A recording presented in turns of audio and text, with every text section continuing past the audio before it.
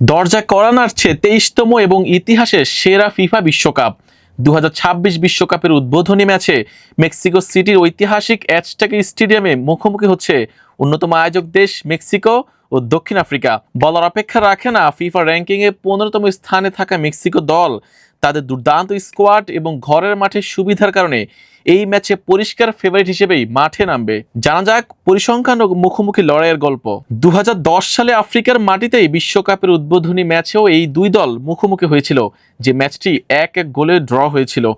দুই দলের মোট 4বার দেখায় দুটিতে জিতে কাগজে কলমে এগিয়ে আছে স্বাগতিকরা।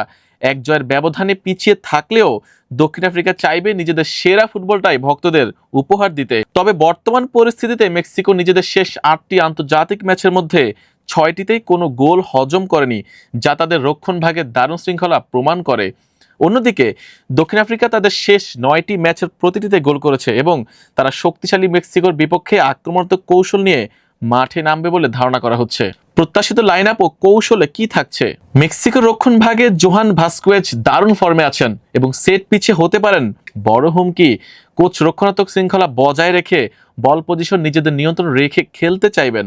অন্যদিকে দক্ষিণ আফ্রিকান গোলরক্ষক রনেল উইলিয়ামস এবং কোচ হুগো ব্রুসের রক্ষণাত্মক কাঠামো ম্যাচের শুরুর দিকে মেক্সিকোর আক্রমণ ঠেকিয়ে কাউন্টার অ্যাটাকে ওঠার চেষ্টা করবে। ম্যাচ প্রেডিকশনে যদি বলি, সেক্ষেত্রে ঘরের মাঠে প্রবল সমর্থন ও সাম্প্রতিক ফর্মের কারণে এই ম্যাচে মেক্সিকো 2-0 গোলে এগিয়ে থেকে জয় পেতে পারে বলে ফুটবল বিশ্লেষকদের ধারণা।